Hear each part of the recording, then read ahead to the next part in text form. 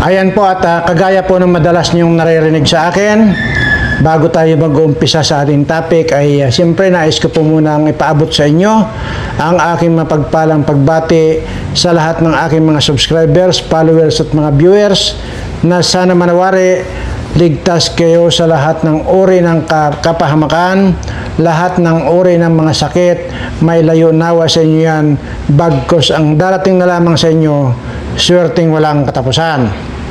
At ito na po at pag-uusapan na po natin itong mga mayayabang na piste ng kalingap. Ito po yung mga piste ng kalingap na ngayon po ay hindi magkamayaw kung saan susuling. Ang ibig pong sabihin, hindi po magkaintindihan ngayon kung saan sila susuling dahil nga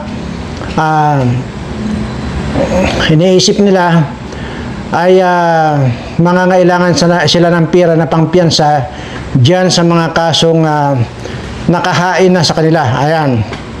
Mayroon pong isa diyan. Mayroong isa po diyan na nakasuhan din na talagang dahil sa wala siyang maalaman kung saan sa kukuha ng pera ng pampiyansa ay nagnakaw na po siya ng manok ng kapitbahay. Kawawa naman yung kapitbahay na ito ay naghahanap buhay lang at nag-aalaga ng manok, yung pala ninakaw lang po nitong piste ng kalingap na ito para lang may pampiyansa. Ayan.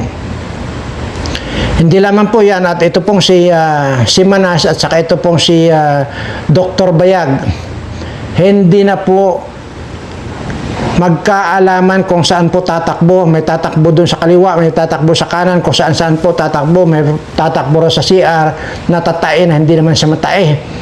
Ang ibig pong sabihin, talagang distress at sobrang distress na po sa kanila itong pagsasampa ni Kuya Bal sa kanila ng kaso. At ngayon, wala tayong naririnig ngayon na sponsor niya. Hindi ba't mo naman nakaraan ay ang walang siyang ibang bukang bibig kundi yung sponsor na big time sponsor nila na si Leo D. Ay bakit kaya ngayon hindi na niya nababanggit itong si Leo D? Yan po yung sinasabi ko na pag patagal ng patagal yan at napag-aralan ka ng sponsor, pag may nasilip yan sa iyo, lalayo sa iyo yan o magiging mailap sa iyo yan. Ngayon hindi na natin naririnig, di ba? Wala natin naririnig na sinasabi niyang big sponsor na si Leo D. Mayroon naririnig pa ba kayo? Wala na kasi ako naririnig eh. Ayan po.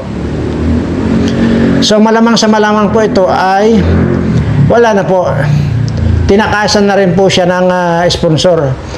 At saka isa pa, kung hindi ba naman ang kakapal ng mga pagmumukha itong mga ito, itong sina Manas na ito, at saka itong itong tatlo na ito, Kapiso, at saka itong si Dr. Wakwak na ito. Tingnan nyo, gagawa-gawa ng alingas-ngas, gagawa-gawa ng problema, tapos manghihingi ng pera na pang gasolina, pangkain, at pangpiyansa itong mga gonggong na ito. Tingnan nyo. Ayawan ko na lang kung kayong mga tumutulong dyan, mag-isip-isip kayo. Tingnan nyo. Ang galing-galing nilang manira sa kalingap, tapos hindi naman pala nila mapapanindigan yung kanilang mapanirang bunganga. Di ba? Tapos ngayon aasa sa inyo na mapadalhan nyo sila ng pera na para pang gasolina daw, pang bayad sa piyansa at kung ano-ano pa, pang gastos, pang kain, ano yan. Grabe naman kayo. Kung itutuloy nyo pa yung pagtulong dito sa mga pisting mga taong ito, ay mga pisting ayan eh. Kung ito ngang kalingap, itong si Kuya Bal Santos Matubang, itong si Rab, na pinakinabangan itong mga lintek na ito. Tingnan nyo, sinakmal. Kung ano-anong mga paninira ngayon ang ginagawa, hindi pa ba kayo natatauhan dyan itong mga tumutulong dito sa mga taong ito? Pagkatapos silang pakinabangan itong tao, sisiraan nila ng talaga ng mga bunggang-bungga. Lalo na itong piste na itong na mas malaki pa sa bulldozer ang ngipin nito. Ito lagi yung nakikita ko, sa totoo lang eh. Baga hindi ko naman pinapanood ang video niya kasi nadidiri ako sa ngipin nitong magtingin. Ayop na to. O ngayon, hindi na magkamayaw yung dyan sa mga kanila. Dyan sa screen nila, hindi makikita nyo yung Gcash nila. Ay, grabe. O, di ba meron pang live dyan si Dr. Bayag na paano naman kami? Kasi meron may nag-comment na paldo raw ito si Kapiso kasi maraming nag-donate. O ay, paano naman daw kami? Sabi ni Wakwak. Umaasa pa pala. Grabe. Kung kayo ay hindi pa nakakakuan, kayong mga sponsor o kayong mga tumutulong, kayong mga sumusubaybay dito sa mga taong ito, pag hindi pa naman kayo natauhan din sa mga ito, ewan ko lang. Talagang masasabi kong nuknukan na kayo ng kabubuhan. Maniwala kayo sa akin. Pati sarili niyo, pinagluloko niyo. Tama ba yan? Nagagawa sila ng kaso tapos kayo ang pagbabayarin ng piyansa nila? Oh. Tama ba yan na gagawa sila ng problema nila tapos kayo ang magbibigyan ng pera para palamunin sila? Sige nga, mag-isip nga kayo. Itong kayong mga tumutulong dyan. Mag-isip kayo. Saka anong mga kwentang mga taong ito? Mayroon bang kwenta itong mga taong ito? Maniwala kayo sa akin, mas masahol pa ang gawin sa inyo. Kung dito nga sa kalingap na talagang nilingap sila at tinulungan. Nagawa pa nilang sakmalin. Kayo pa kaya? Mariusip. Nakakakon lang. Unang-una, nangingilabot lang ako doon sa doon sa yung bang talagang diretsahan na silang humihingi ng pera para daw dyan sa kanilang mga kaso na yan. Bakit hindi nyo hayaan yan? Total, sinasabi, total may yabang naman itong mga taong to eh. Kaya yabang nitong mga ito. Yan ang gusto nyo tulungan. Sos Mariusip. Kaya kung ito si Kwando, hindi na magkaintindihan daw ito. Nagkakaigit-igit na raw ito si Dr. Wakwak na ito, pati si Redsin na manas. Lalo raw bumintog yung pisngi niyan. Siyempre na-trigger, stress. Bibintog talaga ang pisngi mo. Pagkatapos niyan, sasabog na yung pisngi mo. Para nang dinaplak na tayo ng kalabaw yan, pisngi mo. Grabe. Hindi ka maintindihan sa inyo kung ano pinaggagawa sa buhay.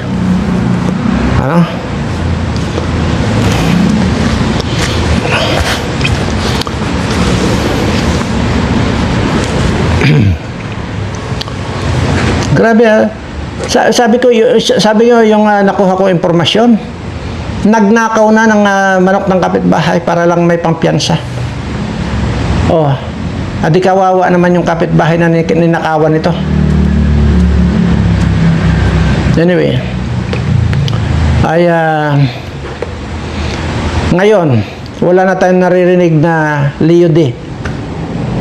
At actually, yung sinasabi dati na yung naghahamon dito kay Kindred na Leo D, hindi totoo yun. Gawa-gawa yun ni Wakwak. Gawa-gawa yan. At maging sa akin nga, at galit na galit daw, pinahahanap na raw ako. Maging si Kindred. Tapos sabi nga ni Kindred, sige, sasalubungin ko kayo, pupunta ako dyan sa diet. Tapos wala naman. Ay kung kay Kindred lang ay nanginginig na itong mga ito, ay paano pa kayo pag nagsanib pero sa kami ni Kindred at pumunta rin ako dyan? Kaya lang hindi na kailangan. Saka na ako pupunta dyan. Dahil baka makulong na itong mga ito, doon ko pupunta sa presinto na ito na ipapalatigo ko itong mga ito. Kaya yabang eh. Akala mo kung mga na itong mga ito eh. Lalo itong wakwak na ito, kung gaano kalaki ang bunganga nito, ganun din kalaki ang kayabangan nito eh. Itong na ito, si Manas na ito, walang ibang ginawa, kundi magsabi na sa dilim na lugar. Sa madilim na lugar, putang ina. Masabihin mo, hindi lang ginitara ni Edo, ang tinggil ng katim mo na yan. Kaya kung ano-ano ng mga sinabi ng mga manyak-manyak na yan. Di ba? Kaya sabi ko nga sa inyo eh. Paano nga sabi manyak-manyak ay kung makayapos yung anghit na yan dito kay Edo, kay wagas. Paano sabihin na minanyak? Ay siya nga itong nang mamanyak. Maria Joseph. Pero kung sabi ko nga magpakita lang kayo ng magpakita kayo ng katibayan sa akin. Dahil dito babakbakan ko si Edo kung meron. Sinabi ko na yan unang vlog ko pa lang. Magpakita kayo ng katibayan. Babakbakan ko yan. Pero wala, hanggang ngayon wala eh. So ano ngayon paniniwalaan ko? Paniniwalaan ko kayo, kasinungalingan ninyo ay mga sinungaling nga kayo. Lalo itong Dr. Wakwak na ito, numero 1 sinungaling to. Magpakita kayo ng katibayan. O yan, napanood ko yung vlog ng vlog ni Rab dito kay Carla, di ba? Kung ano-ano mga issue ang pinaggagawa ninyo diyan kay Carla. O di ba siya na mismo ang magsabi na talagang pangarap talaga niya yung makatapos sa pag-aaral. Ay bakit kung ano-anong in-issue niyo? Saka yung pinsan niyo, si Arjen ba yun? Na kung ano-anong ini-issue kay Carla. Di ba pinsan niya ni Carla yan, si Arjen? Pinsan nga ba? Carla, Otopolor eh. Kung ano-anong ini-issue. O ay baka gusto magpagitara ng tinggil kay Jomar yan. Jomar, attention Jomar, gitarahin mo ang tinggil yan hanggang sa mapunit. Para tumigil yung Arjen na yan. Nakakabuisit lang. Sa totoo lang, tingnan nyo ito ngayon. Dito nyo na makikita ngayon. Yung mga kayabangan nito, akala mo, kayang-kaya nila mga sarili nila. Pero kung hindi pa sila mamalimos, wala pa silang kuan. Ayan, sige, tulungan ninyo para makapagpiyansa yung mga animal na yan. Pero masabi ko lang, yung pagtulong ninyo dito sa mga malas ng mga taong ito, pati kayo mamalasin na rin. Tandaan niyo ito sinasabi ko. Ang tumulong sa mga malas na tao, maging kayo mamalasin na rin. Tandaan niyo sinasabi ko. So kaya dyan. At dyan siya humingi ng tulong kay Tochang, ay kay Hayat na Pukingking. Saka kay Lula Jo na isa ring isa ring malibog pa sa kambing. Saka yung sino ba yan? Si Sil TV na yan. Yung mga tatlo na yan, malilibog pa sa kambing yung mga gurang na yan. Pinagnanasaan pa ako ng mga lintik ng mga matatandang to. Magpakamatay na lang kayo, oy. Hindi nyo ako matitikman. No way, no way. Huwag ako. Yung mga pagmumukha ninyo yan. Tapos yung ilalagay nyo sa thumbnail nyo, itong mukha ko. Bakit? Ba't hindi nyo ilagay sa yung mukha nitong si Manas dyan sa mga thumbnail nyo? Bakit yung mukha ko ilalagay nyo? Kasi nagpapantasya kayo sa akin. Huwag ako.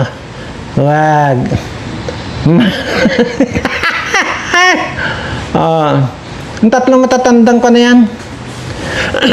Ang tatanda na, ang lilibog pa.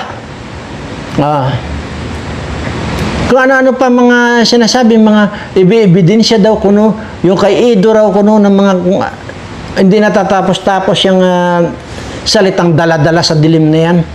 Ay, may putyang dilim na yan. Lahat naman ng kwan diyan, madilim. Lahat yan, madilim, di ba? Lahat ba yan maliwanag? Siguro napadaan na sila sa dilim, yun na. Sinabi ng dinala sa dilim. Ang totoo niyan, gusto lang magpa-gitara ng tinggil yang si Anghit. Yun lang yun. Ay, Mariosep kayo mga tao. Anyway, paghandaan nyo lang yung inyong yung nalalapit ninyong pagkakakulong dahil siguraduhin nyo na makapagpiyansa agad kayo. Siguraduhin nyo may pira agad na kayo pampiyansa. Dahil pag hindi, pag nalaman ko na kayo kung saan na kayo nakakulong, doon ko na kayo pupuntahan. Magpapakita lang naman ako sa inyo. Tapos, ganito lang gagawin ko doon sa mga prison guard. Ganun lang. Wala akong sasabihin. Ito lang, oh. Yun lang sasabihin, yun lang. Pag nakita nila yung ganong sinyas ko, yari, magdasal na kayo. Ayan lang, oh.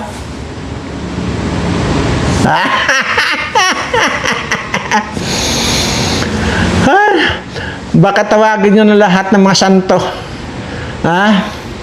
Pag yun na nakita. Mario, sabi ko sa inyo, doon na.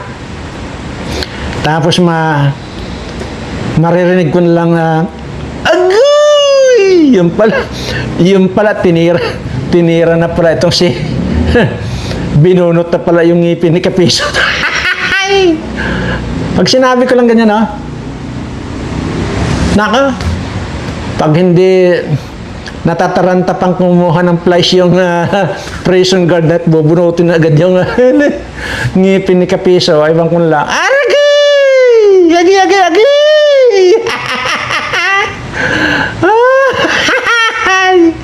Di ba? Ay, nako. Tapos ito si Dr. Wakwak. Putang ina. Pag hindi, padadapain yan. Doon sa isang, meron na lagi yan dyan sa mga ganyang mga presuhan. Ito, pagka hindi totoo itong sinasabi ko, sabihin niyo sinungaling ako. Imaginin mo yung plywood. Kalahati ng plywood, no? May butas yan dito. Padadapain ka doon sa plywood, sa plywood. Kasi may butas yun. Tapos, isusuot doon yung titi mo. Isusuot doon. Tapos, ikikis-kis yan doon sa, di ba, yung di ba yung kabila ng, plywood ay magaspang yon. Ayan. Isusuot habang nakadapa ka, isusuot doon kasi may kanya na mayroong, tawag dito, belt yun, tatalian kayo. Tatali ka. Para hindi ka makaigtad na ganyan. Dahil yung ulo ng utin mo doon, pag sinuot yun, ikikis yan doon sa likod ng plywood. Ay, ewan ko na lang. Imaginin mo yan, Dr. Wako, at saka ito si Redsen. Imaginin nyo yan. Ito sinasabi ko, imaginin nyo lang.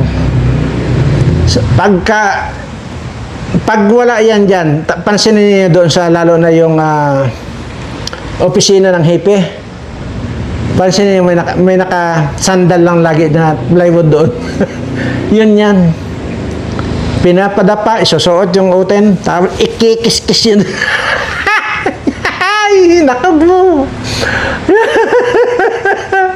Yari ka ngayon Dr. Wakwak. Pagbalik mo, pagka nakapagpiyansa ka na, nako, hahanapin ngayon ng asawa mo kung nasaan na yung ulo. So, anong sasabihin mo ngayon? Sabihin mo na natunaw.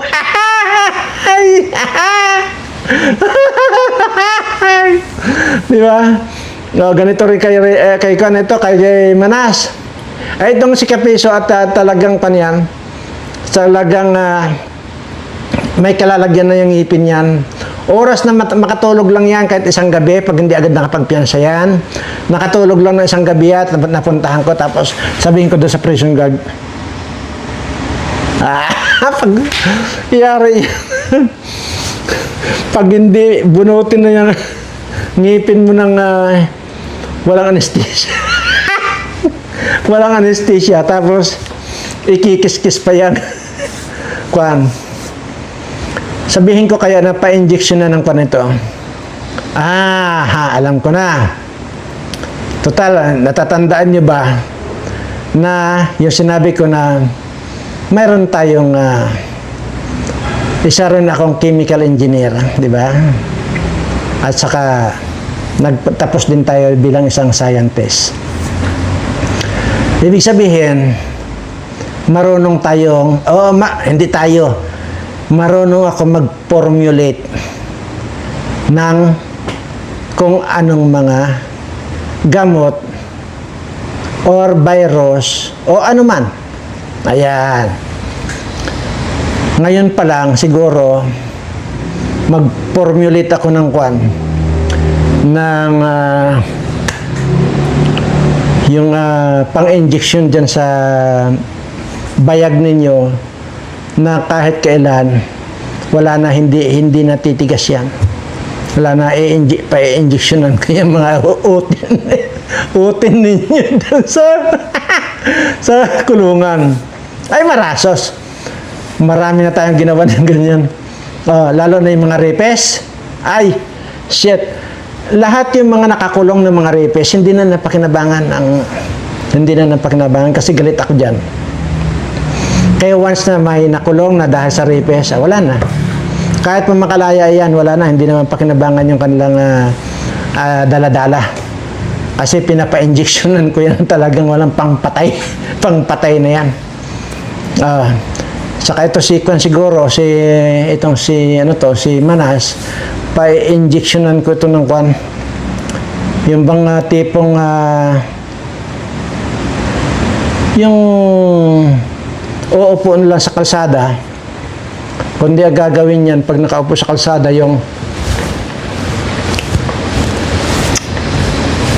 yan. Silang dalawa ni Wakwak, Dr. Wakwak, magharapan sila doon sa kalsada at manguli ng langaw, yun ang kakainin nila. Madali lang po yan sirain natin ang utak. Madali lang yan. Mayroon lang pang-injection dyan, may injection lang ng pampasira ng utak yan, ewan ko lang. Napakadali mag-formulate ng para masira utak mo. Ganun yan. At sige, pag-aralan ko mabuti kung ano yung pwedeng para maging mga abnormal na lang itong mga piste ng kalingap na ito. Gagawin ko mga abnormal itong mga ito. Para matigil na yung mga mawala na yung mga piste ng kalingap. Sige, gagawin natin yan. Pero bago yan, ipakiskis muna natin yung utin sa sa plywood, magaspang. Hindi plywood, lawanit pala yun. Hindi plywood. 'Di ba yung lawanit, makinis dito sa babaw, yung likod, 'di ba, magaspang yun. Yun. Lawanit pala, hindi plywood. Pero ngayon parang parang ang uso na yata ngayon, kinukuryente na Ayan, talagang yan. Diyan pa lang, masisira ang ulo nito, si Manas, saka ito si Wakwa, saka Kapiso, masisira ulo nito. Imagine niyo, kukuryentehin yung ari ninyo doon. Putra, aywan ko na lang. Wala na, hindi na pakikinabangan ng mga asawa ninyo yan. Sa bagay, itong kay Manas, wala na, hindi talaga napapakinabangan yan dahil kasi sapin-sapin ng sakit niyan. Ayun, nung tumigas yan. Itong kay Dr. Wakwak, nakakadali pa naman ito si Dr. Wakwak, isa sa tag-araw at isa sa tag-ulan. Yan lang yung pandali niyan. Tapos kuryentehin pa yan dyan. Wala na. Kaya nga ito, pag nakakan ito, pag tumagal yan dyan sa kulong, maghahanap ng iba itong asawa nito. Nako, niwala kayo. Ito nga ang asawa ni Regine Ekwan na ito Malamang sa malamang yan. Ipapalit na yan. Kaya, sa lahat ng mga piste ng kalingap, antayin nyo. Sabi ko nga, kung hindi man kayo karmahin ng panahon, ako ang magbibigay ng karma sa inyo. Ako ang magbibigay ng karma sa inyo para makabayad kayo sa mga kagaguhang pinagsasabi ninyo at mga paninira ninyo dito sa Kalingap. Una, bakit nga ba sumasaw-saw ako sa ganito? Hindi naman ako Kalingap. Pare-parehas lang din po yung tao. Ibig sabihin ko na kung nakikita ko ng api na yung tao, abay pare-pareho lang naman tayong Pilipino. Nakita ko api itong si Rab at saka ito si Kuya Bala Santos Matubang sa mga pinaggagawan nyo. Ang gagawin ko? Kakampi ako sa inyo? No way. Hindi ako kagaya nitong si Hayat, si Cel TV, si Cel PH, saka itong si Lulaglo na kakampi doon sa mali. Ako hindi. Kaya lang, ang inaapil ako dito sa tatlong matatandang malilibog pa sa kambing, tigilan nyo na yung pagnanasa sa akin. Masisira ang ulo ninyo. Huwag ako. Huwag. Hinding-hindi ninyo ako matitikman.